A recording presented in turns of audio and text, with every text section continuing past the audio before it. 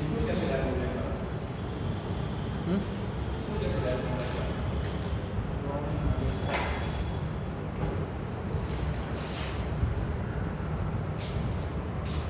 Possibility उसका cell, ठीक है, इसका फॉर्मूला क्या है बेटा? सेल। फिर अंदर उसका क्या है?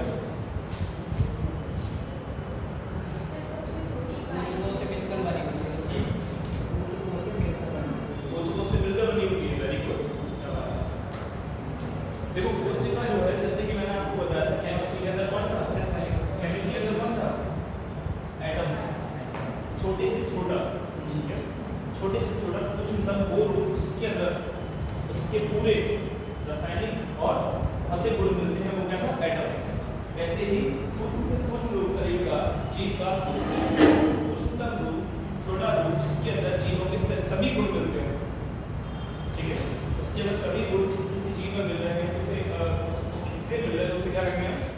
कोशिका, ठीक है, कोशिका कहेंगे। अगर घटना की बात की जाएगी तो कोशिका से मिलकर क्या बनता है? क्या बनता है? उदर। उदर से मिलकर अंग, अंग से मिलकर अंग तंत्र, और अंग तंत्र से मिलकर शरीर। बात से मानिए, अगर हम इसके डेवलपमेंट की बात करेंगे तो हमारा कोशिका से मिलकर बनता है उदर, उदर से मिलकर बनता है हमारा अंग बनता है, ठीक है, अंग से मिलकर बनता है तो अंग से आपका शरीर। उसका मतलब क्या है? सेल कहते हैं, उदक को टिश्यू कहते हैं, अंग को ऑर्गन कहते हैं, अंग को ऑर्गन सिस्टम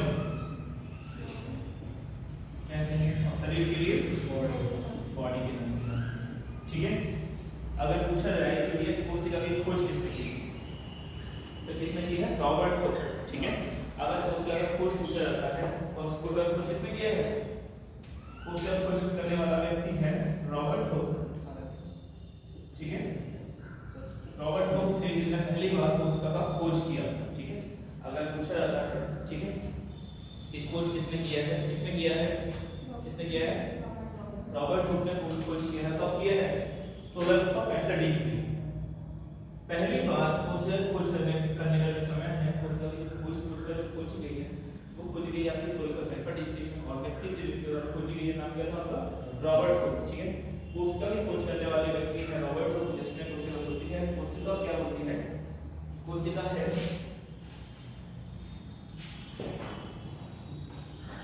शरीर का वह रूप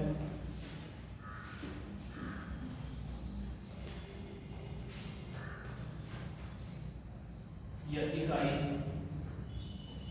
जिसमें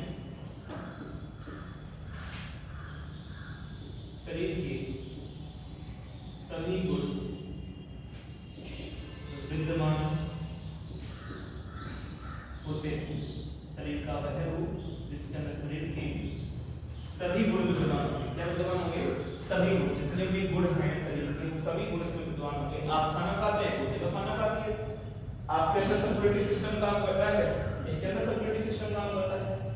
आप उत्सर्जन करते हैं बॉडी में गंदे पदार्थों का, शरीर का ये कोशिका जो है ये भी गंदे पदार्थों को बाहर निकालने का काम करता है। आप सांस लेते हैं, ऑक्सीजन लेते हैं, ये भी सांस लेती है। अरे आपका ऑक्सीजन ज्यादा कहां है? इधर जाता है ना। तो शरीर का वह रूप क्या है जिसमें शरीर के सभी गुण विद्यमान होते हैं, ठीक है। वह इकाई का रूप क्या रहेगा आपका? कोशिका क्या रहेगी, ठीक है। कोशिका अगर पूछा जाए ऊतक आपको कई प्रकार के होते हैं, ऐसे ही आपका पूछा जाएगा अंग तक, ये भी कई प्रकार के, ठीक है।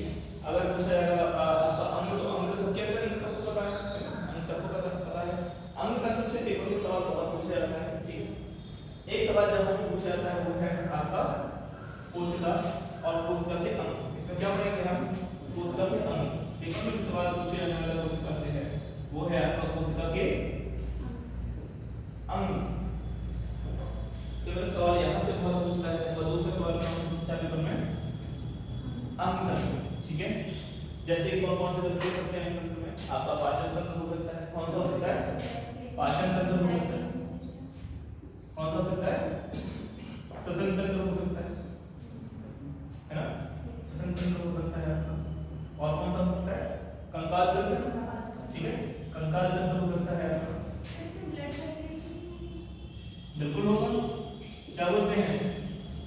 क्या बोलेंगे इसे? रक्त परिसंचरण, रक्त परिसंचरण, रक्त परिसंचरण तंत्र के नाम से जानेंगे। इसके अलावा कौन हो सकता है बताओ? उत्सर्जन, कौन हो सकता है? उत्सर्जन तंत्र, ठीक है। 7 से 8 हम तंत्र पढ़ेंगे, इसमें से मुख्य जो पेपर में सवाल पूछा जाएगा वो दो तंत्रों से ज्यादा पूछता है। एक है आपका वाक्य तंत्र, 2-3 से ज्यादा पूछ सकता है एक तंत्र, और तीसरा है हमारा रक्त परिसंचरण और चौथा है हमारा उत्सर्जन। यहाँ सवाल लगातार पूछे जाते हैं, ठीक है। कोशिका, एक कोशिका का सिद्धांत भी आया था, क्या था? कोशिका सिद्धांत, ठीक है।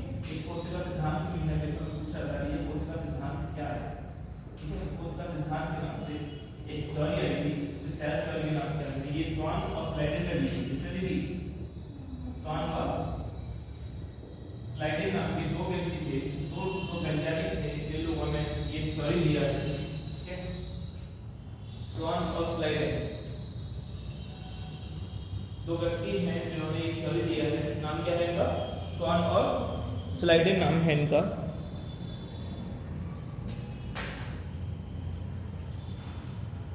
ठीक है। 1883 कब दिया है? और पूछा जाता है ये कब दिया गया? तो कोशिका का सिद्धांत का अलग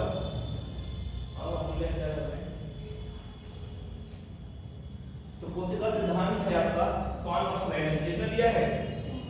स्वान और स्लाइडेन नाम के दो वैज्ञानिक थे जिन्होंने दिया है 1883 में कोशिका सिद्धांत। इन्होंने कहा था कि सभी कोशिकाएं, क्या सभी कोशिकाएं किससे मिलकर बनी है? सभी कोशिकाओं से मिलकर बनी है। किससे मिलकर बनी है? कोशिकाओं से। कुछ एक कोशिका है और कोशिका। इन्होंने कहा कोई भी जीव हो, ठीक है, कोई भी जीव हो उसका निर्माण हमेशा एक कोशिका से होता है। किससे होता है? अगर माइक्रोस्कोप में होगा तो हमेशा एक कोशिका से ही होगा। इसके साथ साथ मैंने कहा कि जितने भी जीव बने हैं उन सभी का निर्माण किससे होता है? एक कोशिका निर्माण होता है, ठीक है। इसमें कहा कि कोशिका की उत्पत्ति में, कोशिका की जो उत्पत्ति होती है, कोशिका दुनिया में आई है, इस दुनिया में कोशिका जो आई है कोशिका के पीछे, है ना, उसकी जो उत्पत्ति हुई है कोशिका की, उसकी उत्पत्ति के पीछे मुख्य कार्यकर्ता की बात की जाएगी, कौन होगा? केंद्रक। कौन होगा?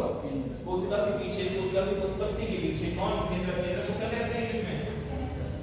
क्या कहते हैं? क्या सेल सेंटर, सेंटर को मैं इसे कहते हैं न्यूक्लियस। क्या कहते हैं? क्या कहते हैं? न्यूक्लियस। कोशिका सिद्धांत के अंदर कोशिका बात की जाएगी, केंद्र को क्या कहेंगे हम लोग?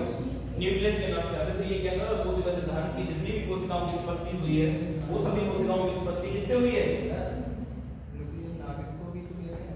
हाँ, नाभिक वही है, वही नाभिक है, वही न्यूक्लियस है, वही केंद्रक है। इसको अगर दूसरा शब्द इस्तेमाल किया जाए इसके लिए क्या बोलेंगे? इसके लिए नाभिक भी बोलते, क्या बोल सकते हैं?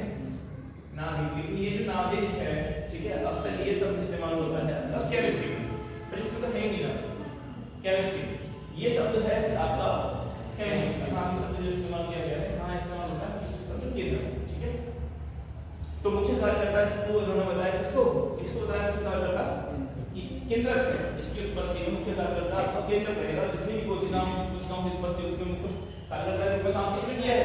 केंद्रक ने किया है। दूसरा सभी कोशिकाओं की उत्पत्ति किससे हुई है? एक कोशिका से हुई है। इसका एक अपवाद इन्होंने बताया वो था वायरस। क्या था? इन्होंने ये भी कहा कि एक कोशिका जो होती है अपनी ऐसी कोशिकाओं को उत्पन्न करती है। क्या करती है? अपनी ऐसी कोशिकाओं को उत्पन्न करने का काम भी कौन करेगी? लिखवा दूंगा मैं, एक पॉइंट सब लिखवाऊंगा, ठीक है। अब इसे समझते हुए कोशिका के अंगों की अगर बात की जाए, देखो पूछा जाए कोशिका के कौन-कौन से अंग हैं, किस अंग का क्या-क्या काम है, तो कोशिका के बेटा कौन-कौन से अंग हो सकते हैं? पहला अंग यही हो गया, कौन सबसे मुख्य कौन है? केंद्रक। और क्या हो सकता है? और क्या पता है? किसके बताएं? कोशिका के अंग, जैसे तुम्हारे शरीर के अंग हैं, अरे हमने बताया हम सभी गुण उसमें भी हैं, तो जैसे तुम्हारे अंग हैं वैसे कोशिका में तो अंग होते हैं। अरे भी कोशिका में भी तो बहुत सारी चीजें होंगी। डीएनए माइक्रो आ गया, कौन नहीं है? माइटोकॉन्ड्रिया कौन है? लाइसोसोम, माइटोकॉन्ड्रिया और लाइसोसोम और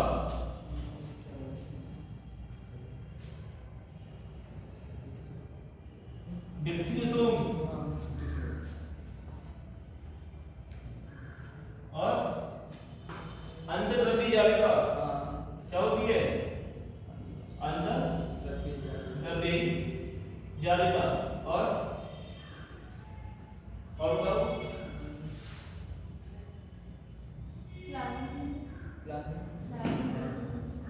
राजधानी क्या होती है? राजधानी और अरे बताओ भाई कोशिकाओं के नाम के नाम नहीं होता अभी तक? बताओ भाई। ठीक है बहुत सही पेपर में सवाल पूछा जाएगा भैया कोशिका से मिलकर क्या बनता है ना? क्या बनता है? ऊतक से मिलकर अंग से मिलकर अंग से शरीर बनता है। ठीक है, आपसे पेपर में पूछा जाएगा कि ये बताइए कोशिका सिद्धांत क्या? कोशिका सिद्धांत देने वाले व्यक्ति कौन थे? स्वान और स्लाइडेन। पेपर में कई बार सवाल पूछा जा चुका है, ध्यान रखना। ये एक बार नहीं बोलेगा लेकिन ये तो बोलेगा ही बोलेगा। ठीक है, कोशिका सिद्धांत और इसमें मुख्य कार्यकर्ता किसको बताया? कोशिका सिद्धांत में मुख्य कार्यकर्ता किसको बताया है? केंद्रक को बताया। ठीक है, अगर आपसे पूछा कोशिका को चलने वाला व्यक्ति कौन था? कौन था? रॉबर्ट कोच थे। सोलह सौ पैंसठ ईस्वी। अगर आपसे पूछा जाएगा कि ये बताइए कि आप कोशिका के अंग पूछे हैं भैया, अंग बताइए कौन से है मुख्य? केंद्रक हो सकता है, ठीक है, माइटोकॉन्ड्रिया हो सकता है, अंडरजर्मी जालिका हो सकता है, डिक्टियोसोम हो सकता है, राजधानी हो सकता है। इनके बारे में इन्फॉर्म हम पेपर में शायद सवाल ये नहीं पूछेगा कि ये अंग नहीं पूछेगा, क्या होगा? अंग का कार्य बताओ कि इस अंग का क्या कार्य है। आपके हाथ, आपका शरीर है, आपके शरीर में नाक का एक काम है, आंख का एक काम है, कान का एक काम है, सबको पता है। उसका काम कौन सबको पता है ना? ये सिर्फ उसको पता होगा जो पढ़ता है, जो नहीं पढ़ता है उसको पता होगा नहीं पता होगा। तो ये पेपर में ये पूछा जाएगा भैया इसका काम बताइए, इसका काम बताइए, इसका काम बताइए, इसका काम बताइए। दूसरी चीज एक और है, पेपर में क्या पूछेगा कि कौन कौन सी कोशिका के अंग हैं जो आपकी प्लांट सेल में नहीं करती हैं। अरे कोशिकाएं कितने प्रकार की हो सकती हैं? कोशिकाएं हमने बताया कोशिका कितने प्रकार की होती है? दो प्रकार। कोशिका कितने प्रकार की होती हैं? एक कोशिका बहुकोशिकीय प्रकार है, एक कोशिका बहुकोशिकीय प्रकार है। एक होता है प्रोकैरियोटिक, एक होता है प्रोकैरियोटिक कोशिका और एक होती है आपकी यूकैरियोटिक कोशिका। दो तरह की कोशिका बताइए।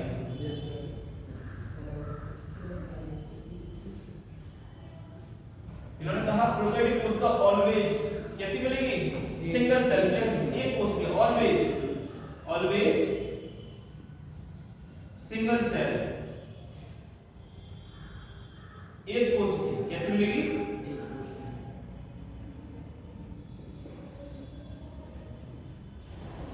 एक कोशिका मिलेगी।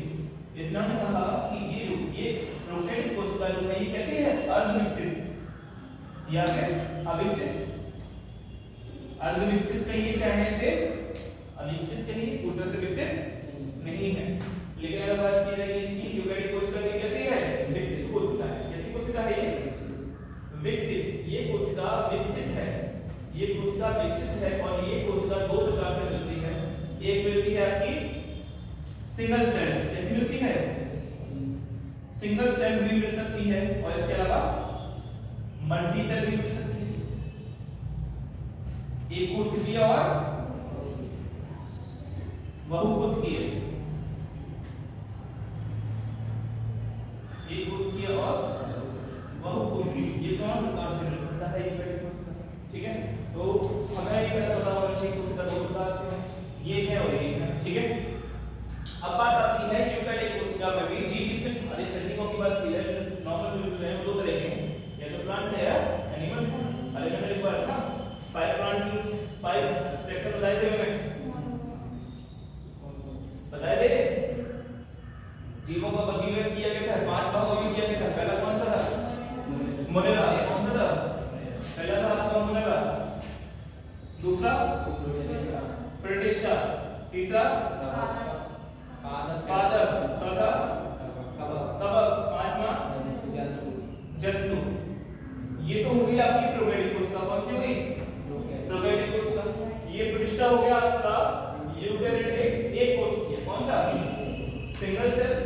और ये बची आपकी यूकैरियोटिक मल्टी सेल। अब कवक तो हमें नहीं पढ़ना ही नहीं है, कवक का बहुत ज्यादा यूज नहीं है, थोड़ा बहुत है वो पढ़ने में वैसे। मुख्य भूमिका कौन है मल्टी सेल में? पादप और जंतु। यानी यूकैरियोटिक कोशिका जो हम दो अलग से पढ़ेंगे वो पढ़ेंगे पादप और दूसरा क्या पढ़ेंगे? जंतु।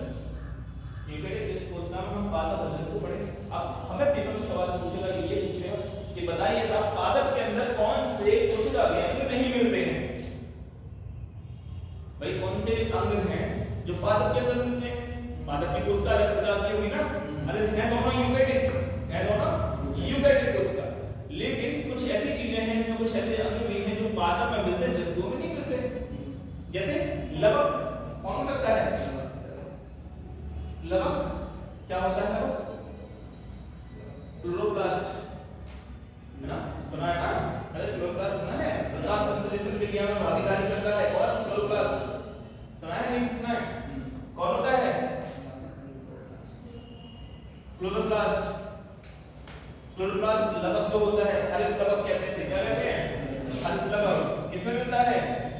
जैसे सारे लवक पौधों में मिलते हैं, लेकिन हम अभी बात करेंगे वो जो आप बहुत अच्छे से जानते हैं, कौन है? हरित लवक। क्या आप लोग अपना भोजन स्वयं बनाते हो? अरे क्या आप लोग अपना भोजन स्वयं बना रहे हो? नहीं बनाते ना अपना भोजन, आप बनाते हो अपना भोजन, आप स्वयं बनाते हो अपना भोजन चूल्हे पे बैठ के। अरे इसका मतलब चूल्हे पे बैठ के नहीं है, इसका मतलब अपने शरीर के द्वारा, ठीक है? तो आप अपना भोजन स्वयं नहीं बनाते, लेकिन बहुत ही अपना भोजन स्वयं बनाते हैं, तो कुछ तो अलग होगा उनके अंदर, अरे होगा या नहीं होगा? लेकिन आप लोग अपना भोजन खुद खाते हैं, बना बनाया भोजन खाते हैं, तो आपके शरीर में कुछ ना कुछ होगा, है ना? तो दोनों कोशिकाओं में ये अंतर है जो पेपर में पूछा जाता है, ठीक है? अब हम लोग चलेंगे रिटन पोर्शन पर, ठीक है? इसके बाद कुछ समझने वाला क्वेश्चन होगा, आप चलेंगे रिटन पोर्शन पे। आ जाइए, टॉपिक डालिए कोशिका, टॉपिक डालिए कोशिका और लिखना प्रारंभ करिए स्पीड से थोड़ा सा। जीवों की आधारभूत, लिखिए पहला पॉइंट, जीवों की आधारभूत संरचनात्मक और कार्यात्मक इकाई को, जीवों की संरचनात्मक आधारभूत और कार्यात्मक इकाई यानी कार्य करने वाली इकाई की बात की जाए, है ना, जो कार्य करने के शरीर को बनाने वाली इकाई की बात की जाए, है ना, तो कौन है? या फिर शरीर की आधारभूत इकाई की बात की जाए जिस पर पूरा शरीर खड़ा हुआ है, ठीक है, तो कौन होगा? वो कोशिका, ठीक है? अगर इकाई की बात की जाएगी आधारभूत, संरचनात्मक या फिर रचनात्मक या फिर कार्यात्मक इकाई की बात करें तो कौन होगा? कोशिका। सेकंड पॉइंट, कोशिका अर्धपारगम्य झिल्ली से ढकी रहती है, अर्धपारगम्य, सेमी परमिएबल, अर्धपारगम्य कोशिका अर्धपारगम्य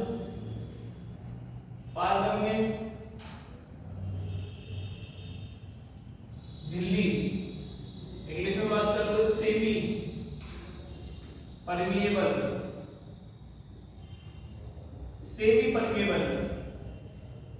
झिल्ली द्वारा ढकी रहती है। भाई हर कोई अपने लिए कवर रखता नहीं रखता है, हम लोग भी घर में दरवाजा रखते हैं, हमारा शरीर तो स्किन से ढका हुआ है, सुरक्षा की तो आवश्यकता है। भाई दो चीजें दो अलग तभी हो सकते हैं, देखो में बाउंड्री तो कुछ तो खींचोगे, तो क्या खींचते हैं इसके अंदर?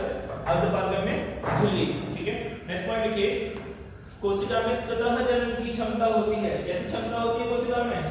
स्वतः जनन की क्षमता होती है। कोशिकाओं की बात की जाएगी तो कोशिकाओं में स्वतः जनन की क्षमता होती है, खुद ब खुद स्वतः जनन की क्षमता, अपनी जैसी अन्य कोशिकाएं पैदा करने की इनमें क्या है? क्षमता होती है। कोशिकाओं में स्वतः जनन की क्षमता होती है। आगे लिखिए, सबसे छोटी कोशिका या फिर सूक्ष्मतम कोशिका, सबसे छोटी कोशिका दुनिया में कौन सी है? पेपर में पूछा जा चुका है सवाल कि दुनिया की सबसे छोटी कोशिका का नाम बताइए। दुनिया की सबसे छोटी कोशिका का नाम है माइकोप्लाज्मा। क्या नाम है? माइकोप्लाज्मा। माइकोप्लाज्मा ये दुनिया की सबसे छोटी कोशिका है। अगर पेपर में पूछा जाएगा चुपचाप चलाना माइकोप्लाज्मा, ठीक है, माइक्रोन में मिलती है, ठीक है? आगे लिखिए, दुनिया की सबसे बड़ी कोशिका शुतुरमुर्ग का अंडा, जो शुतुरमुर्ग का अंडा है वो दुनिया की सबसे बड़ी कोशिका है। क्या नाम है इसका? शुतुरमुर्ग। शुतुरमुर्ग जो अंडा देता है, फीमेल शुतुरमुर्ग जो अंडा देती है, वो अंडा दुनिया का सबसे बड़ा कोशिका है। इससे बड़ा कोशिका दुनिया में हमें आज तक नहीं मिला है। कोशिका का सिंगल सेल होगा, कितना होगा? सिंगल सेल होगा। कोशिका की बात करते एक ही कोशिका ही होगा ना, एक कोशिका ही। दुनिया की सबसे बड़ी कोशिका जो मिलती है वो कौन सी है? शुतुरमुर्ग का अंडा, एक कोशिकीय है, ठीक है? आगे लिखिए, कोशिका की खोज ब्रिटिश वैज्ञानिक रॉबर्ट हुक के द्वारा 1665 ईस्वी में की गई थी। कहां के वैज्ञानिक थे रॉबर्ट हुक? ब्रिटेन के। अगर पूछा जाता है कि ये कहां के व्यक्ति थे रॉबर्ट हुक, तो कहां के थे? ब्रिटेन।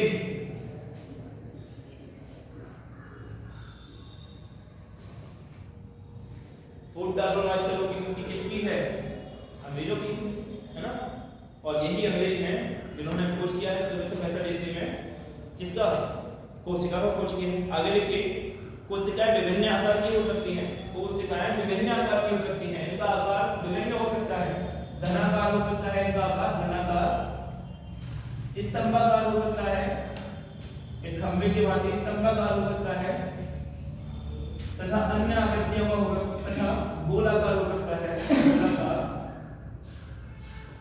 इनके मुख्य जो आकृतियां हैं वो आपकी स्तंभाकार में, घनाकार में, गोलाकार में। कोशिका विभिन्न आकृति की हो सकती है, जैसे घनाकार, स्तंभाकार, गोलाकार। किंतु अधिकांश कोशिकाएं दुनिया में गोलाकार आकृति की होती हैं। किंतु अधिकांश कोशिकाएं दुनिया में कैसी आकृति की होंगी? गोलाकार।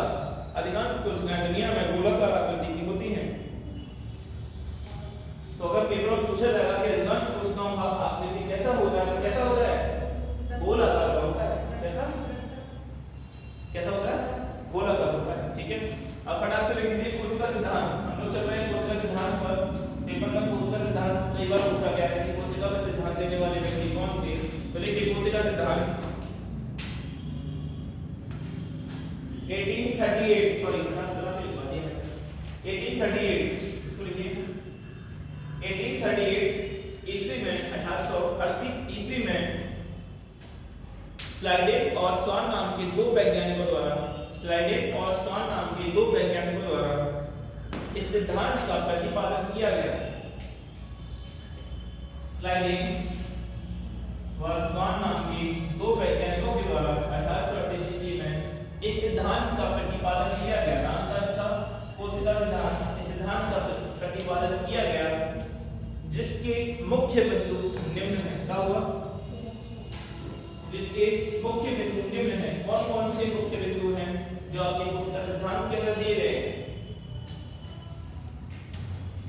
जिसके मुख्य दो बिंदु निम्न हैं। पहला लिखिए, पहला पॉइंट क्या था कोशिका सिद्धांत का? कोशिका सिद्धांत का पहला बिंदु लिखिए, प्रत्येक जीव एक या अनेक कोशिकाओं से मिलकर बना हुआ है। स्वान और स्लाइडेन की थ्योरी थी, उसमें हमने कहा प्रत्येक जीव एक या अनेक कोशिकाओं से मिलकर बना हुआ है। पहली बात इन्होंने जो कही है वो कही है कि प्रत्येक जीव एक या अनेक कोशिकाओं से मिलकर बना हुआ है। इन्होंने पहला बिंदु कहा कि एक या अनेक कोशिकाओं से मिलकर बनेगा। एक से मिलकर बन सकता है और अनेक कोशिकाओं से मिलकर बन सकता है। इन्होंने दूसरी बात कही, प्रत्येक जीव की उत्पत्ति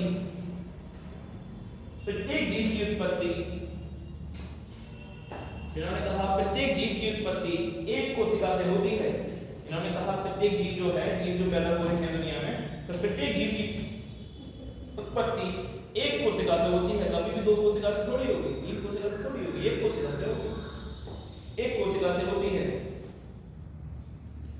और प्रत्येक कोशिका एक स्वतंत्र इकाई है। प्रत्येक कोशिका एक स्वतंत्र सारे कार्य करने में सक्षम है किसी और से, है ना। प्रत्येक कोशिका एक स्वतंत्र इकाई है और सभी कोशिकाएं मिलकर कार्य करती हैं। स्वतंत्र इकाई है किंतु सभी कोशिकाएं कैसे काम करेंगी? मिलकर कार्य करेंगी।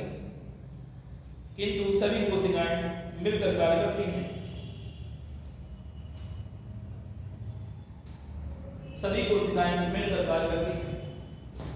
अगर पूछा जाता है कि कोशिका की उत्पत्ति में मुख्य कार्यकर्ता कौन है, तो अगला पॉइंट इसी में है।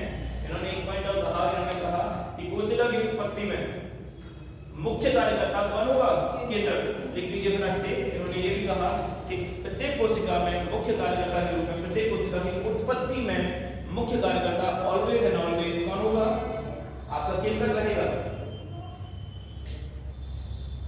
प्रत्येक कोशिका की उत्पत्ति में मुख्य कार्यकर्ता केंद्रक होता है। और उन्होंने एक अपवाद बताया, उन्होंने कहा एक अपवाद है। कौन है? वायरस। उन्होंने कहा ये वायरस जो है ये मेरे सिद्धांत का क्या रहेगा? ऑलवेज। ये कौन रहेगा? अपवाद। किसे कहते हैं अपवाद? जो मेरी चीजों को फॉलो नहीं करेगा। ठीक है, सब दुनिया में सब चीज एक से सकती है लेकिन एक को छोड़ दो तो वो चीज क्या बन जाती है? इसका अपवाद। नॉर्मल की ज्ञान जो होती है इसमें अगर कोई चीज अलग से हटकर होती है तो क्या बोलते हैं इसे अपवाद कहना समझा। ठीक है, तो ये हो गया आपका कोशिका सिद्धांत। आगे चलिए बेटा लिखिए,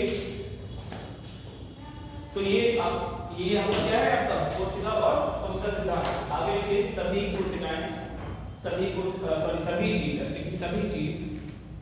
जीव कोशिकाओं से मिलकर बने होते हैं। सभी जीव कोशिकाओं से मिलकर बने होते हैं। सभी जीव कोशिकाओं से मिलकर बने होते हैं। सभी जीव कोशिकाओं से मिलकर बने होते हैं। वह जीव जो एक कोशिका से बना होता है एक कोशिकीय कहलाता है। वह जीव जो एक कोशिका से बना होता है एक कोशिकीय कहलाता है। वह जीव जो एक कोशिका से मिलकर बना होता है एक कोशिका से बना होता है एक कोशिकीय कहलाता है। जबकि जो कई कोशिकाओं से मिलकर बने होते हैं बहुकोशिकीय जीव कहलाते हैं। जो कि बहुत कोशिकाओं से मिलकर बने होते हैं बहुकोशिकीय जीव कहलाते हैं। बहुकोशिकीय जीव कहलाते हैं।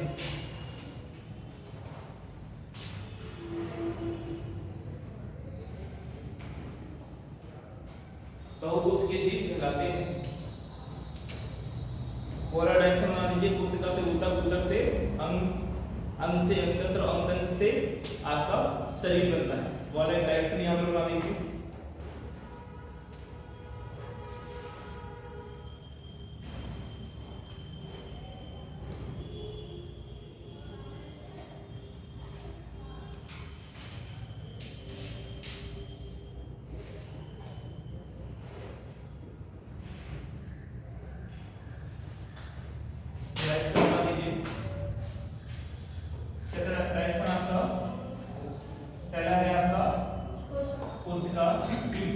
कोशिका से मिलकर बनेगा ऊतक, ऊतक से अंग, अंग से अंगतंत्र और यहाँ से आपका शरीर। रचना के आधार पर कोशिका दो प्रकार की होती है। कितने प्रकार की होती है रचना के आधार पर? रचना के आधार पर कोशिकाओं की बात की जाएगी तो देखिए यहाँ पर रचना के आधार पर कोशिकाएं दो प्रकार की हैं। कोशिका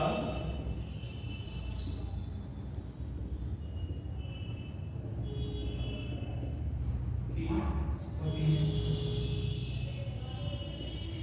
पहली है प्रोकैरियोट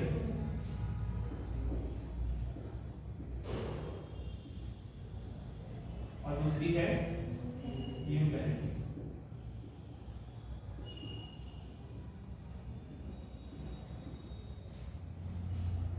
रचना के आधार पर कोशिका दो प्रकार की होती है, प्रोकैरियोट और यूकैरियोट।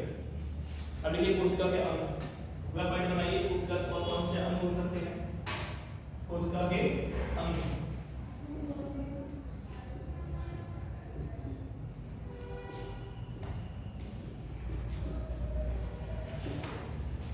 कोशिका का पहला अंग लिखिए केंद्रक। कोशिका का पहला अंग केंद्रक। कोशिका का पहला अंग लिखिए केंद्रक। दूसरा लिखिए कोशिका भित्ति। केंद्रक लिखिए, कोशिका भित्ति लिखिए, अंतर्द्रव्य जालिका।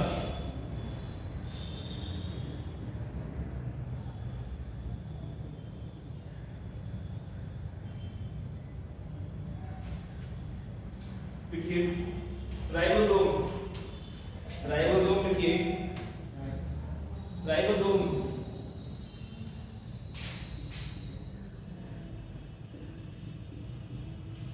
पांचवा लाइसोसोम,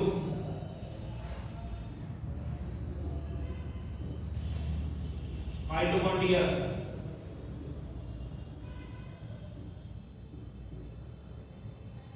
लवक,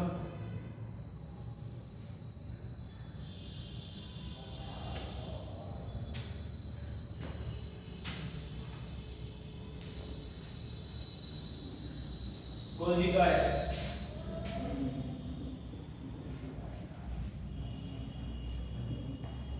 तार का है, राजधानी,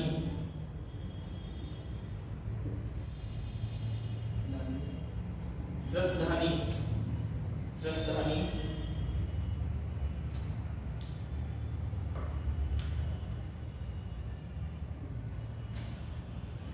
जीव द्रव्य कला, ये जीव द्रव्य कला,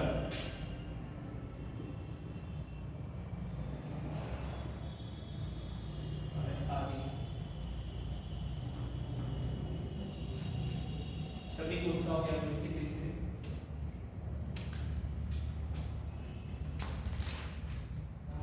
और एक तरफ डालिए प्रोकैरियोट, ये धीरे पहले एक धीरे पहले, फिर इसके बाद एक तरफ आएगा प्रोकैरियोटिक कोशिका, क्या अंदर है प्रोकैरियोटिक कोशिका और क्या अंदर है यूकैरियोटिक कोशिका, प्रोकैरियोटिक,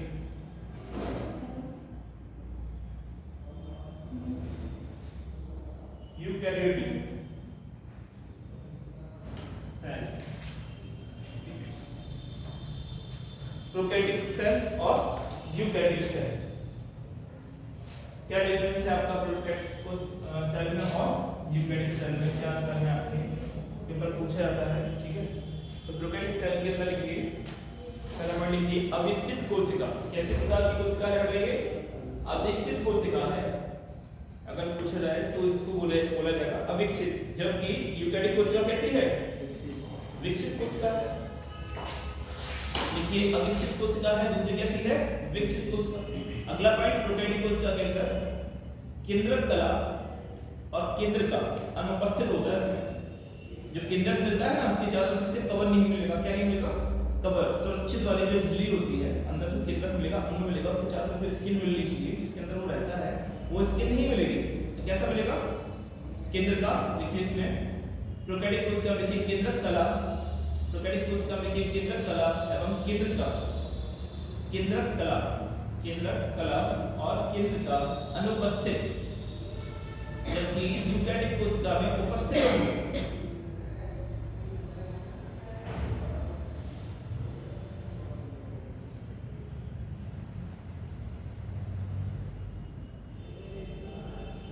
तीसरा पॉइंट झिल्ली युक्त अंग, तीसरा है आपका झिल्ली, झिल्ली युक्त अंग, सुरक्षा का जो कवच होता है झिल्ली जो होती है वो कैसी रहेगी, यहाँ पर अनुपस्थित रहेगी, झिल्ली युक्त अंग, झिल्ली युक्त अंग कैसे है, अनुपस्थित है, जबकि यूकैरियोटिक के अंदर उपस्थित होंगे, झिल्ली युक्त अंग उपस्थित।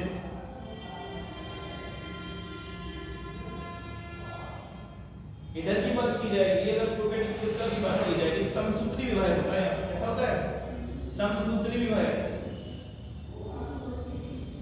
अर्धसूत्री, समसूत्री विभाजन होता है। अगर प्रोकैरियोटिक कोशिका की बात करेंगे तो समसूत्री विभाजन, जबकि हमारे यूकैरियोटिक कोशिका की बात करोगे तो यहाँ पर कैसा होता है, अर्धसूत्री विभाजन, समसूत्री और अर्धसूत्री दोनों होता है, लेकिन मेन चीज क्या है, अर्धसूत्री विभाजन, इसकी पहचान है अर्धसूत्री विभाजन। देखिए अर्धसूत्री क्या है हम समझाएंगे ना, अर्धसूत्री,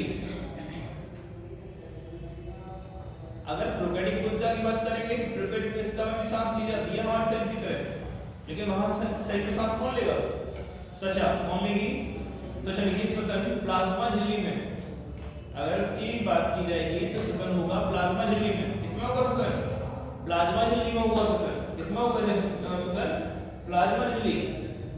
जबकि हमारी जो यूकैरियोटिक कोशिका है उसके अंदर जो श्वसन होता है वो माइटोकॉन्ड्रिया में होता है, किसमें होता है, माइटोकॉन्ड्रिया में। उसकी बात करेंगे तो प्लाज्मा झिल्ली में है, जबकि इसकी बात करेंगे यूकैरियोटिक कोशिका की तो किसमें होगा श्वसन, माइटोकॉन्ड्रिया में होगा। यानी हमारे शरीर में अगर श्वसन पूछा जाता है तो पेपर में हम क्लियर बताएंगे तो कौन है जिसमें श्वसन होता है, माइटोकॉन्ड्रिया, ठीक है। हमारे शरीर की बात की जाए तो अगर कोशिका की बात नहीं कर रहे हैं, हमारे शरीर में श्वसन कहाँ हो रहा है, फेफड़ों में, अरे असली श्वसन कहाँ है, सांस ली जा रही है, लेकिन असली श्वसन की बात की तो कोशिका में होता है असली श्वसन, असली श्वसन कहाँ होता है, लेकिन हमारे शरीर का जाए तो कहाँ हो रहा है, फेफड़ों में जा रही है ऑक्सीजन, लेकिन असली श्वसन कहाँ होता है, कोशिका के अंदर होता है, ठीक है। आगे देखिए राइबोसोम की बात की जाए तो इधर राइबोसोम मिलता है प्रोकैरियोटिक कोशिका में 70S का, पेपर में कई बार सवाल आ चुका है, ध्यान रखना कि राइबोसोम का कौन सा प्रकार है, ये राइबोसोम है क्या, पहले ये समझ लो। राइबोसोम क्या है, ये राइबोसोम, हाँ राइबोसोम कहते हो, राइबोसोम ठीक है। 70s मिलेगा, कैसे मिलेगा राइबोसोम 70s, जबकि उधर कैसे मिलेगा 80s 80s, इधर मिलेगा 70s, उधर मिलेगा 80s। पेपर में कई बार पूछा जा चुका है, इधर मिलेगा 70s राइबोसोम, उधर मिलेगा 80s का राइबोसोम। कोशिका भित्ति की बात की जाए तो प्रोकैरियोट में कोशिका भित्ति पतली होती है, कैसी होती है पतली कोशिका भित्ति होगी, जबकि यूकेरियोटिक कोशिका में कोशिका भित्ति कैसी होगी मोटी।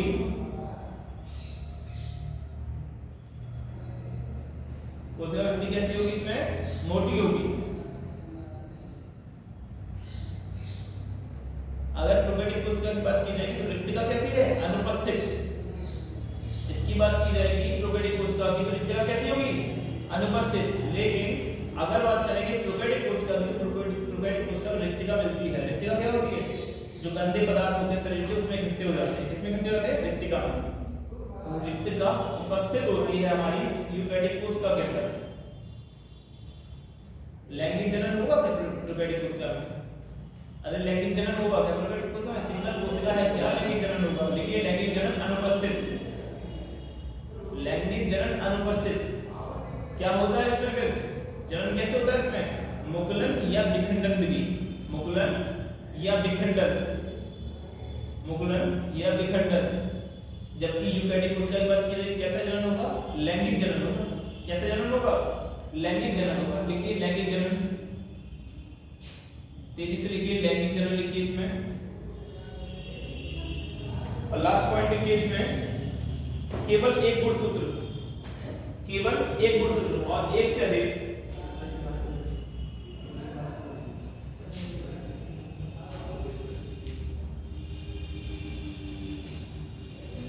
केवल एक गुणसूत्र होगा किसमें प्रोकैरियोटिक कोशिका में। यूकेरियोटिक कोशिका में कितने गुणसूत्र होंगे एक से अधिक।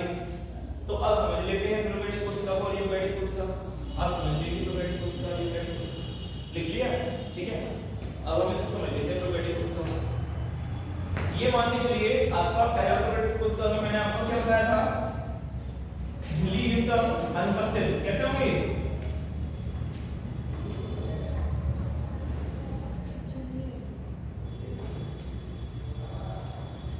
यहां कैसे होंगे क्या है ये झिल्ली युक्त अंग का मतलब क्या है ये मान के चलिए मैंने बताया था अधिकांश कोशिका कैसे आकार की है गोलाकार की। ये गोलाकार की कोशिका है मान लीजिए ठीक है, ये गोलाकार की कोशिका है। ये जो केंद्रक है हमारी कोशिका के अंदर केंद्रक कैसा होता है ऐसे होता है बीच में। इसी में कौन होता है डीएनए आरएनए है ना और क्रोमोसोम ये सब कहां है जो जेनेटिक मटेरियल कहां है इसके अंदर क्या होता है। लेकिन इसके अंदर प्रोकैरियोटिक कोशिका में क्योंकि डेवलप हुई नहीं है, डेवलप हुई नहीं है तो क्या होगा ये नहीं होगा। ये कैसा होगा छिला छिला पड़ा होगा। कैसा पड़ा होगा ये टूटा अंदर का मटेरियल कैसा पड़ा होगा टूटा फूटा सा पड़ा होगा। कैसा पड़ा होगा टूटा फूटा सा पड़ा होगा। बात समझ आ रही है कैसा पड़ा होगा टूटा फूटा सा पड़ा होगा। बात समझ आ रही है नहीं आ रही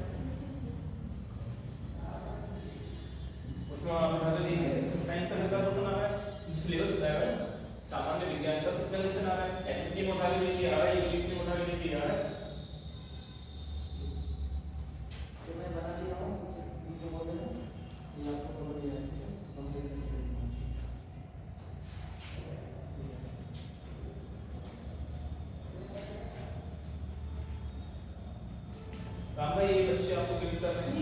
ये टीचर्स डे वाला है। हाँ टीचर्स डे वाला ये आपका गिफ्ट रह गया। आप आए नहीं थे ना उधर टीचर डे का ये गिफ्ट था दे दो उनका दे दो दे आपको।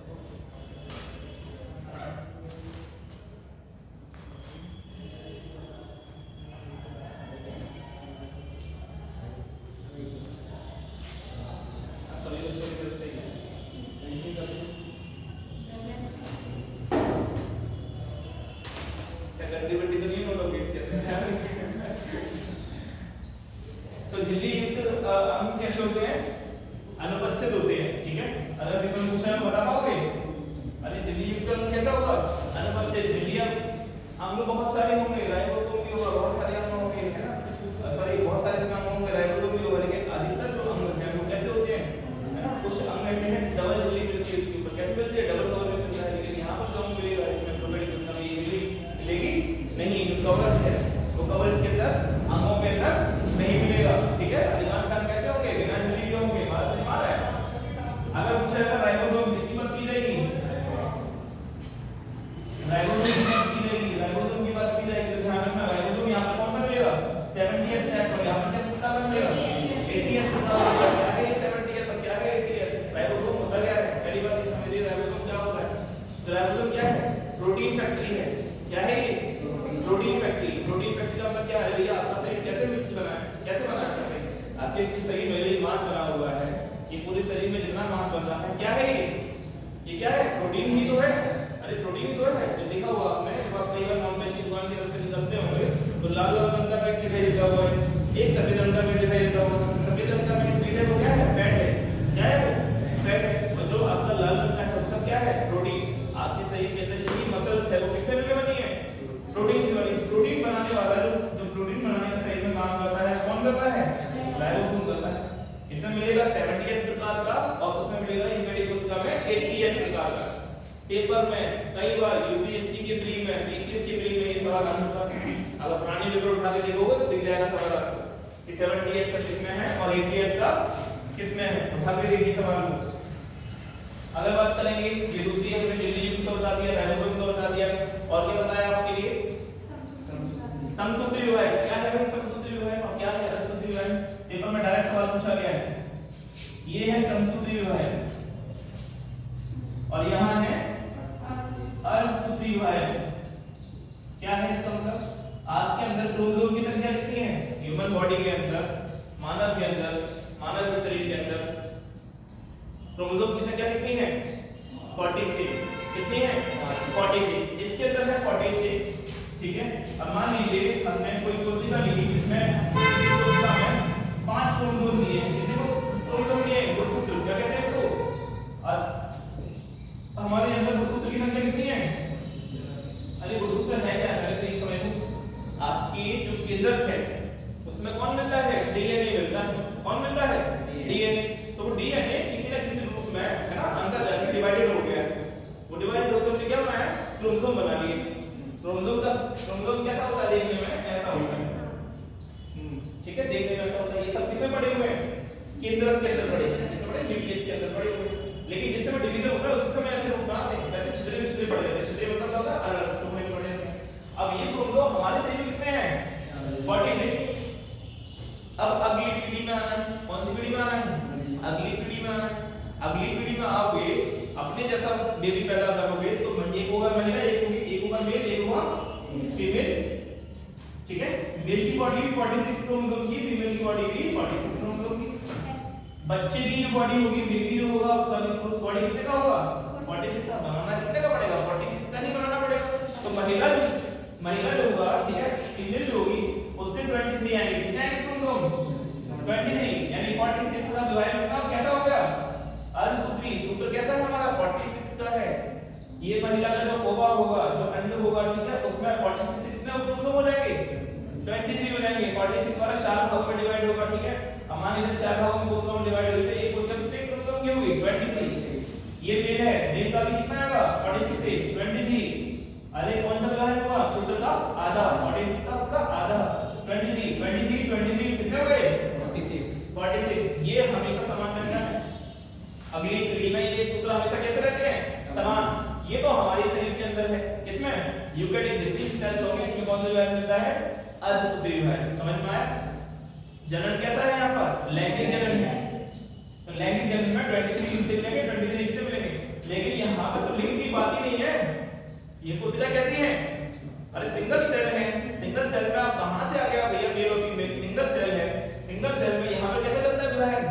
लैंगिक, सॉरी क्या मिलता है यहाँ पर? जनन कैसा है? अलैंगिक है। जैसे मुकुलन, विखंडन, है ना। तो क्रोमोसोम की संख्या कैसी हो जाएगी? 46 अगर मान के चलिए यहाँ पर कोई जीव है जिसके 5 लोग होंगे, कितने लोग हैं इसके पास 5, तो अगली कोशिका भी कितने की होगी 5 की। डिवीजन हुआ लेकिन क्रोमोसोम उतने ही रहे। क्या कहलाएगा ये सेक्सुअल रिप्रोडक्शन कहेंगे, असेक्सुअल क्या कहेंगे इसे, एसेक्सुअल रिप्रोडक्शन कहेंगे इसको। एसेक्सुअल रिप्रोडक्शन में मिलन और विखंडन, ठीक है। ये खासकर दो प्रक्रियाएं जो है वो अपनाई जाती हैं। अगर 5 क्रोमोसोम में तो 5 का 5 ही होगा, 10 होगा 10 का 10 होगा। आधी आधी कोशिका आधा 10 सूत्र नहीं है, लेकिन यहाँ पर क्या है असूत्री जो है। बात समझ आ रही है। पेपर में 3-4 सवाल बहुत ज्यादा पूछे जा रहे हैं, लगातार पूछे जा रहे हैं, ठीक है। एसएससी का पेपर उठा लीजिए, पीसीएस का उठा लीजिए, यूपीएससी का उठा लीजिए, डायरेक्ट पूछता है कि ये क्रोमैटिक कोशिकाएं जो है उसमें कैसा जो है तो कैसा है समसूत्री समान सूत्र वाला, उसमें असूत्री। पूछता है जनन के बारे में, रिप्रोडक्शन पूछता है, इधर कैसा है, इधर है एसेक्सुअल और इधर कैसा है सेक्सुअल रिप्रोडक्शन है, ठीक है। अगर इसकी बात की जाएगी तो इसमें अंग कैसे मिलेंगे, झिल्ली युक्त या झिल्ली के बिना, झिल्ली के बिना मिलेंगे। अनुपस्थित होगी झिल्ली अंगों के अंदर, कैसी होगी अनुपस्थित होगी। राम भाई देख क्या नहीं सर, पिछली क्लास में पीछे है वो।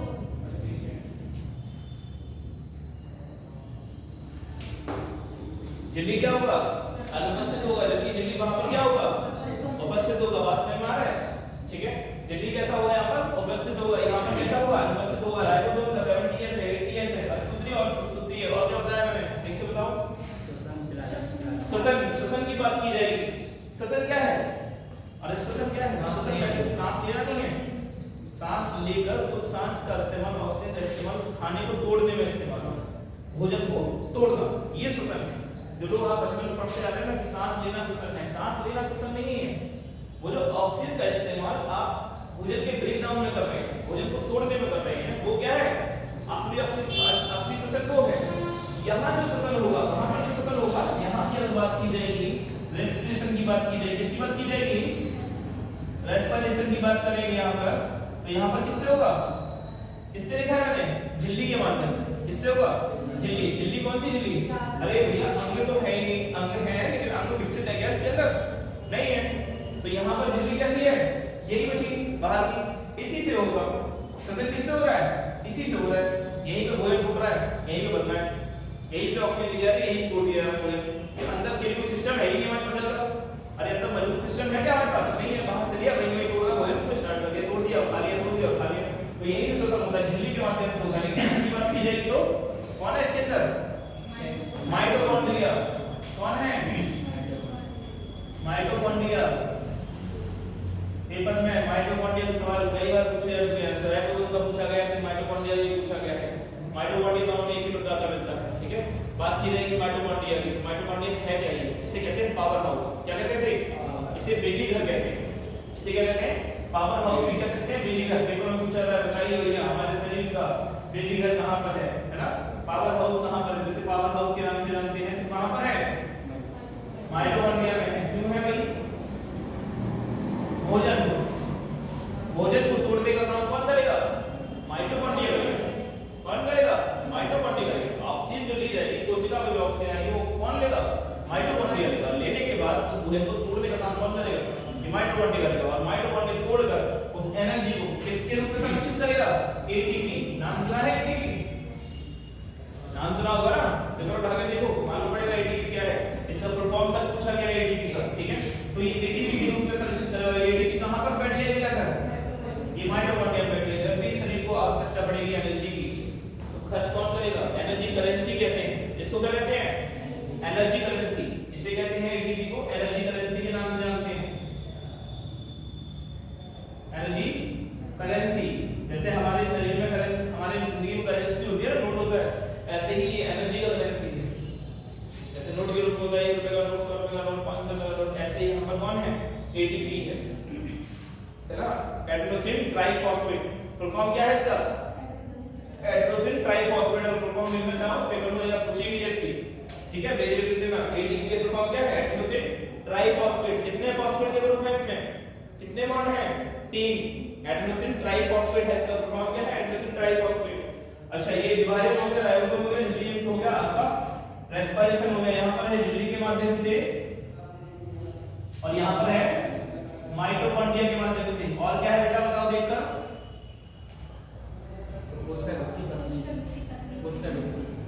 कोशिका भित्ति की बात हो रही है। किसकी बात हो रही है? कोशिका भित्ति। अरे कोशिका भित्ति, पहली बात तो कोशिका भित्ति एनिमल्स में नहीं मिलती, किसमें मिलती है? प्लांट्स में मिलती है। ध्यान रखना, जो आपने लकड़ी देखी है, लकड़ी के बाहर की जो मोटी मोटी पपड़ी देखी है, वही असली में कोशिका भित्ति होती है।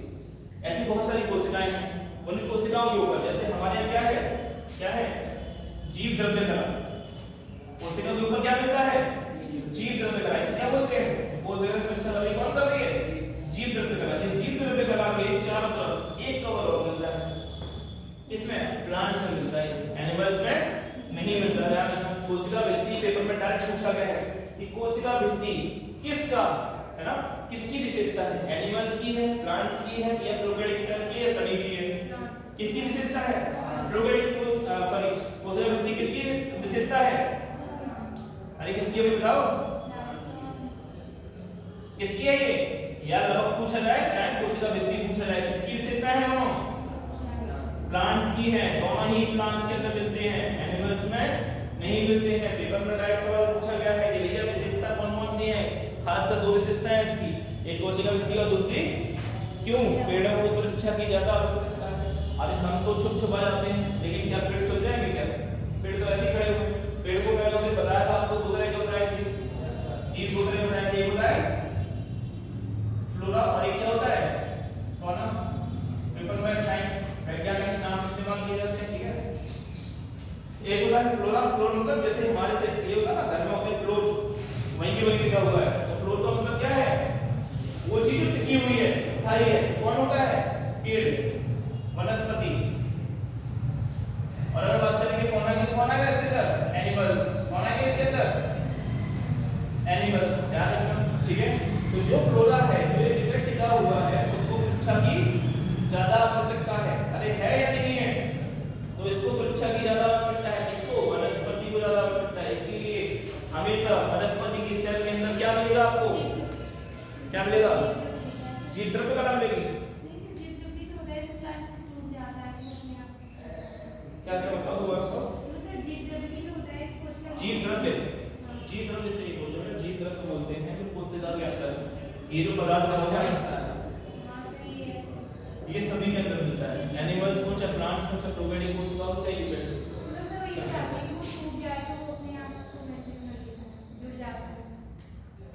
उसे बोलते हैं रेजुविनेशन, ठीक है? वो अलग चीज है, वो ये नहीं है कि तोड़ना और जोड़ना, वो अलग चीज है।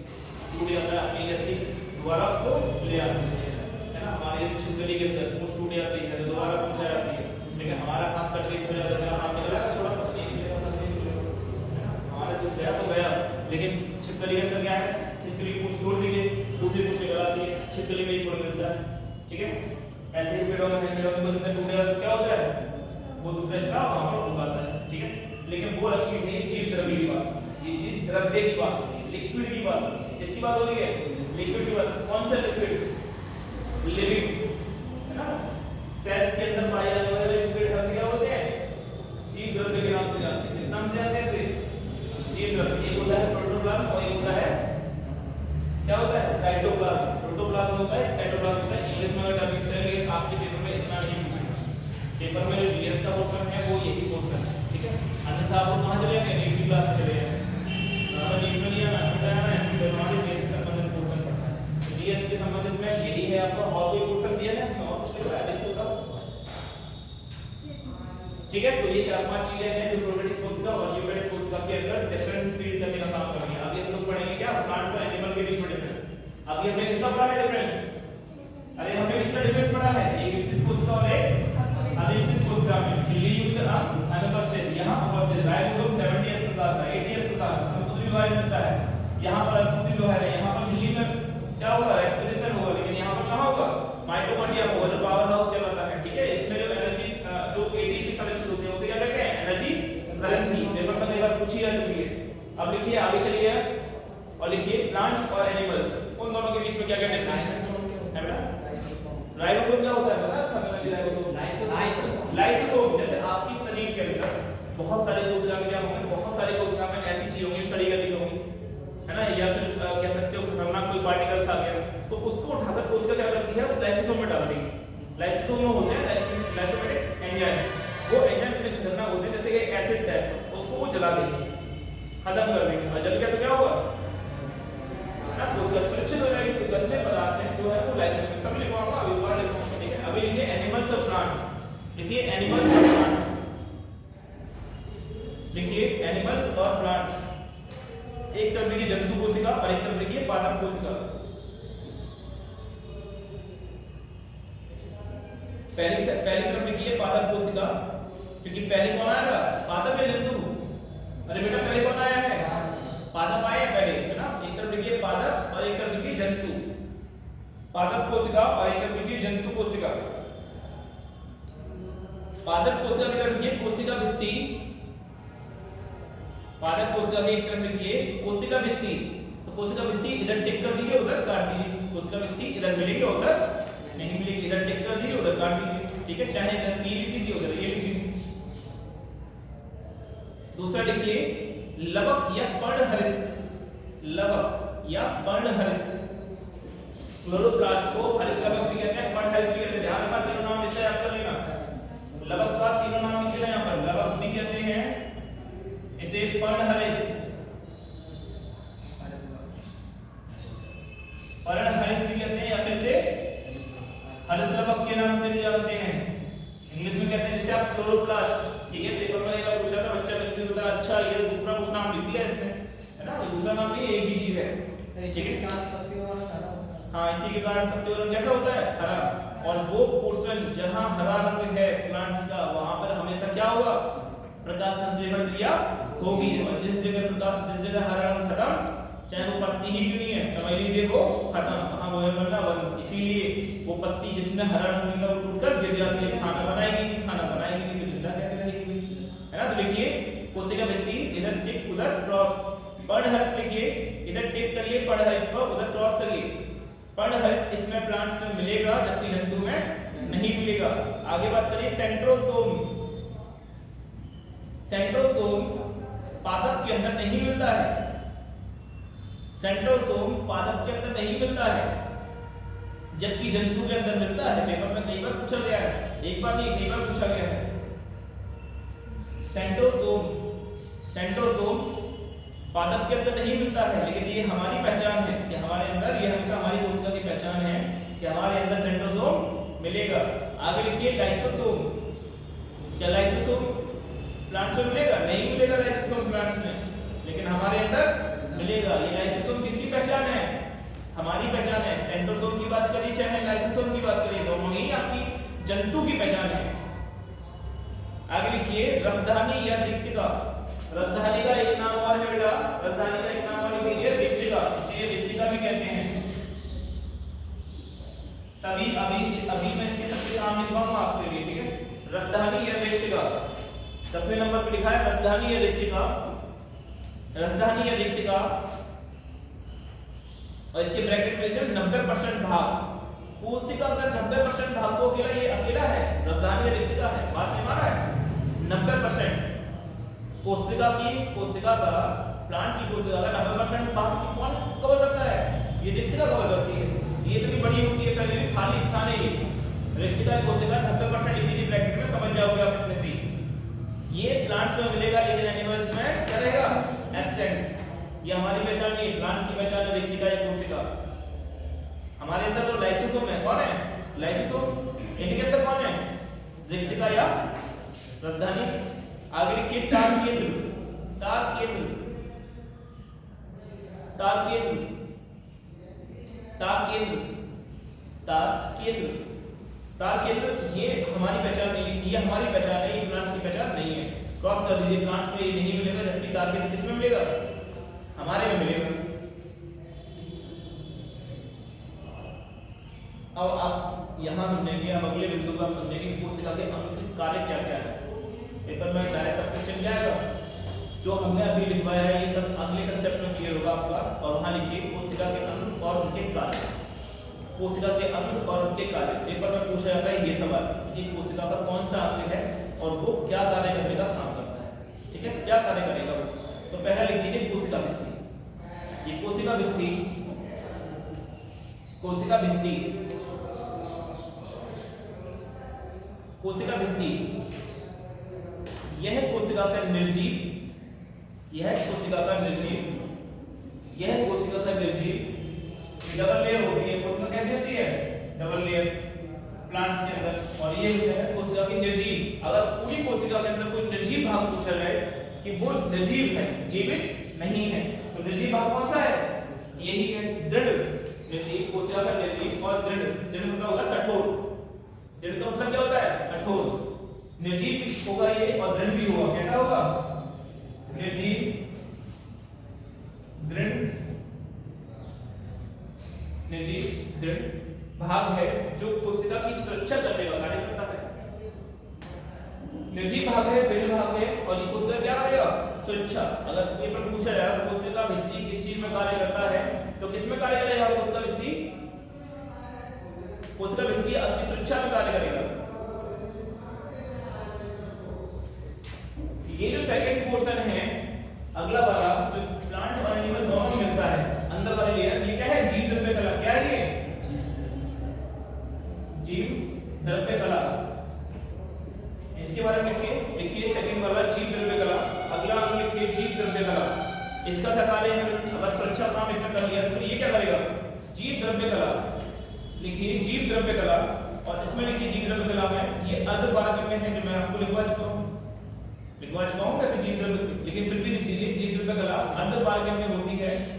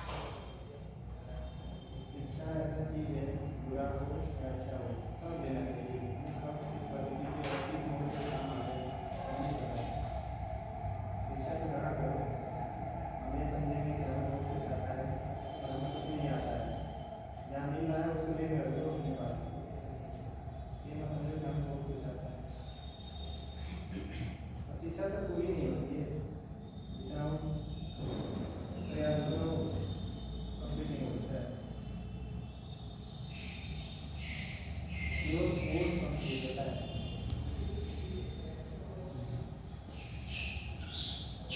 इसमें से भीमराव अम्बेडकर को कितने लोगों ने पढ़ा है?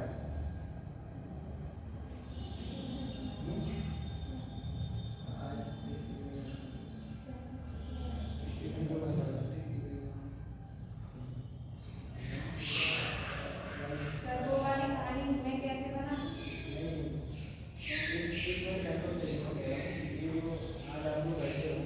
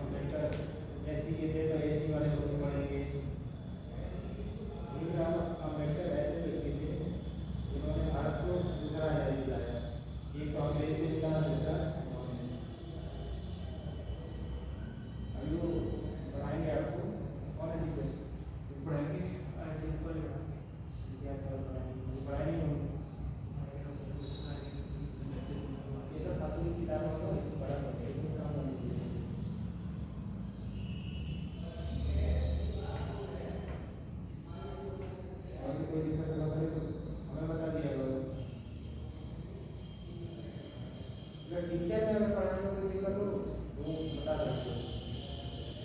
वो ये समझ टीचर को ना जो टीचर पढ़ाने में कोई नहीं होगा कि हाँ हम लोग चीज़ नहीं बता दें, हम लोग बनते हैं तो कोई थोड़ा मुझे कोई है पढ़े सबसे बारिश पे हम लोग फील्ड रखे हैं ये का लेना। सर जैसे बरसात थी तो अंधेरा हो जाता था तो लाइट चली जाती थी तो घूमना अंधेरा हो जाता था तो पानी की दिक्कत होती थी। अब जब सर्दियाँ आने लगी एकदम रात रहेंगे तो लाइट चलती है चलती हो चला सर लेकिन वो लाइट चली जाती है। हाँ अभी मैं गाड़ी रखूँगा एक काम करो एक दिन आप कपड़े भी दे देना ठीक है, हम उसको पहुँचाएंगे समाज कल्याण में, क्योंकि एक विज्ञान का काम है हमारे बिहार से नहीं है, केवल हम लोग कोऑर्डिनेट कर सकते हैं, केवल कोऑर्डिनेट हम लोग करवा सकते हैं। ठीक है, इतना सामान जितना भी आता है सब किसी काम में विभाग से आता है, समाज कल्याण विभाग से एक करके थोड़ा सा इनको वो चीज़ें तो नहीं बताएंगे, थोड़ा 10 मिनट आपको भी समझ लेना। तो पहले इनको जिले में कितने पद होते हैं, कौन से अधिकारी होते हैं, ये इनको बताओ। हिंदी में भी अंग्रेजी में भी ये जो जान है हमारे सरकारी का अंग्रेजी में ये नाम है और हिंदी में ये नाम है। इसमें कितने लोगों सीडीओ कितने लोग यहाँ सीडीओ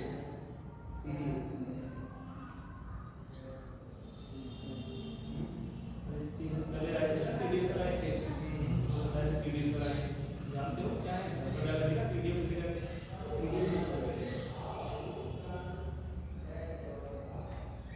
वीडियो होता है चीफ डेवलपमेंट ऑफिसर, मुख्य विकास अधिकारी। हमारे जिले में जितने भी विकास होते हैं स्कूल बनाना, एक नाली से देखना और बहुत बड़ी बड़ी चीज़ें हैं, सबका निर्माण योजना भी काम होता है, वीडियो देखता है मुख्य विकास अधिकारी।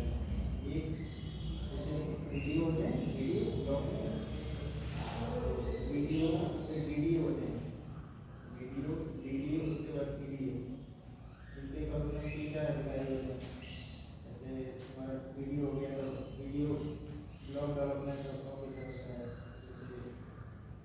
खंड विकास अधिकारी, ये ब्लॉक से ये काम अपना देखता है। उससे ऊपर जाता है तो वीडियो करता है, डिस्ट्रिक्ट डेवलपमेंट ऑफिसर उसको वीडियो करेंगे। इसके में तो फिर होगा हम लोग सबसे पहले स्टोर को भी ये हमें बताएं। मैं तो भूल जाता हूँ ये है ना, तो हेमंत जी की सही है इसमें मंदिर में हमारे वो छोटी है बता देता हूँ, ये याद आ गया तो फिर हमको बता दें, लेंगे और फिर ये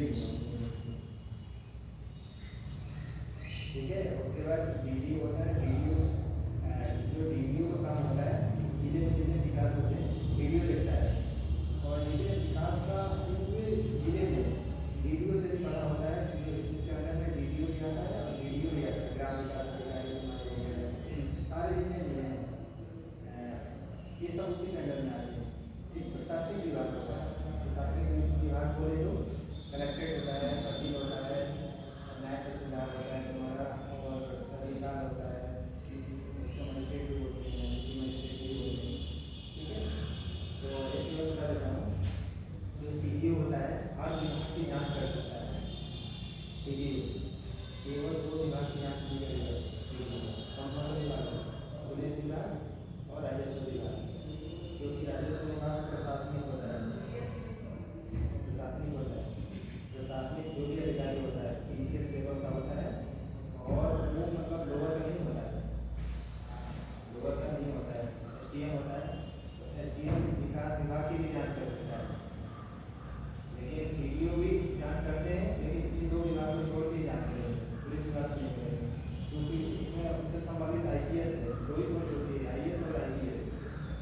ठीक है, आईएएस को किसी भी कर सकता है, आईएएस जो है वो तुम्हारा थाना हो गया, राजस्व विभाग हो गया, तुम्हारा ब्लॉक हो गया, शिक्षा विभाग हो गया, क्योंकि वो अध्यक्ष होता है।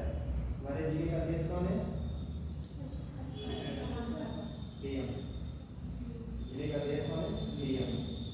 अब जितने भी विभाग हैं सब डीएम के अंडर में होते हैं, जितने भी विभाग हैं सब डीएम के अंडर में होते हैं। एक अगर पता भी हिला तो डीएम को पता होना चाहिए। आप आपके रिस्पॉन्सिबिलिटी है कि आप डीएम को बताओगे कि मैंने काम है सर, ये काम ये होना है, आप आदेश करो। और जो डीएम होता है आईएएस लेवल का, वो डिस्ट्रिक्ट लेवल का आदमी नहीं होता है, वो प्रशासनिक लेवल का होता है, वो सरकार के अनुरूप काम करता है, उसको जो होता है उसको दे जाता है, आप वहाँ देखोगे। ठीक है, एक चीज़ और है, कोई भी अधिकारी नहीं दिया आपके खिलाफ, मेरे खिलाफ, हमारे खिलाफ, तो उसका रुक जाएगा, उस पर कार्रवाई नहीं होगी। लेकिन डीएम लिख दिया तो उस पर कार्रवाई निश्चित है, आज ना हो कल हो परसों हो, उस पर होना है कार्रवाई, क्योंकि वो प्रशासन उसको केवल वही एक व्यक्ति है जिसको लखनऊ से भेजा गया है, उसको कोऑर्डिनेट करते हैं सीएम, मुख्यमंत्री। जिले का सबसे बड़ा कौन होता है? CM, DM. और पुलिस विभाग में होता है आईपीएस, आईपीएस का भी पावर होता है। ठीक है, आईपीएस में ऐसा पद है कि सब जितने जाते हैं सब सैल्यूट मारते हैं। ठीक है, लेकिन इनके समकक्ष होता है, थोड़ा सा अंतर होता है, इनको ज़्यादा कार्यक्षेत्र दिया गया है, जो पुलिस है इनको ज़्यादा कार्यक्षेत्र दिया गया, क्योंकि ये सीनियर जाते हैं, उसको क्यों एक ही कार्यक्षेत्र दिया गया है पुलिस को। ये देखो, इनको जिले में जितना भी है पुलिस का भी नहीं कहता है, ये मानो तो लॉ एंड ऑर्डर होता है। अगर इनके निर्देश पे पुलिस भी काम करेगी, डीएम के निर्देश पे, अगर कोई दंगा हो जाता है, दंगा होता है तो एसपी उसमें वो नहीं करेंगे, कोई भी लीडर एसपी नहीं ले सकते हैं, डीएम लेगा। एसपी उनको हक नहीं है, उनको हक है दूसरे तरीके से कैसे रोका जाए, और जो जैसे बड़े बड़े जो हक हैं डीएम को दिया गया है, जैसे तुम्हारे यहाँ एक दंगा हो गया काशी में, उसमें वाइट सबसे बड़ा दिया था आरती सिंह ने, डीएम में थे। पहले इसके बारे में तुम जानो, ठीक है, कि हमारे जिले में कौन कौन अधिकारी बैठा है और कौन कौन से होते हैं। हमें पुलिस के पास मिला दिया तो पुलिस का मतलब क्या होता है, क्योंकि यही बताओ कि पुलिस के लिए किसे बताया